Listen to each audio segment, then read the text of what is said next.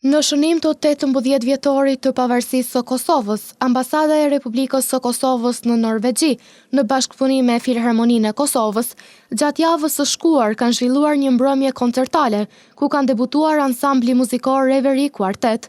Pjesëmarrës në këtë kuartet kanë qenë edhe muzikantët nga Gjakova, violonçelisti Arjan Zherka e violistja Vesa Doli. Në një lidhje virtuale për mediumin ton, çelisti Zherka ndau detaje në lidhje me eventin. Eventi u konë në bashkëpunim me Ambasadën e Kosovës në Norvegji, do thonë shënim 18 vjetorit të pavarësisë tonë.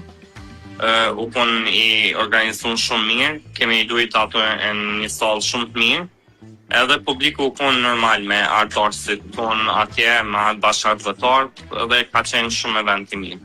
Violistja Doli bëri të ditur se eventi ka zgjatë rreth një orë, duke treguar edhe repertuarin që kanë paraqitur.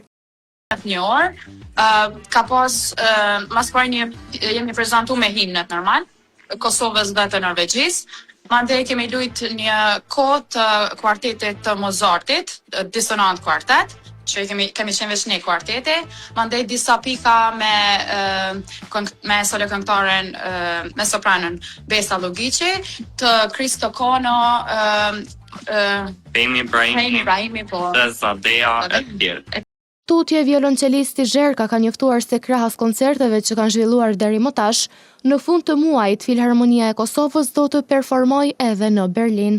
Kjo kom vetëm në vazhdim të ciklit koncerteve që i kemi bërë në këtë 18 vjetor Filharmonisë. Do të thonë, ma herët kemi qenë në Vjenë edhe Varshavë me Filharmoninë, që në fund të muajit kemi shkuar edhe në Berlin.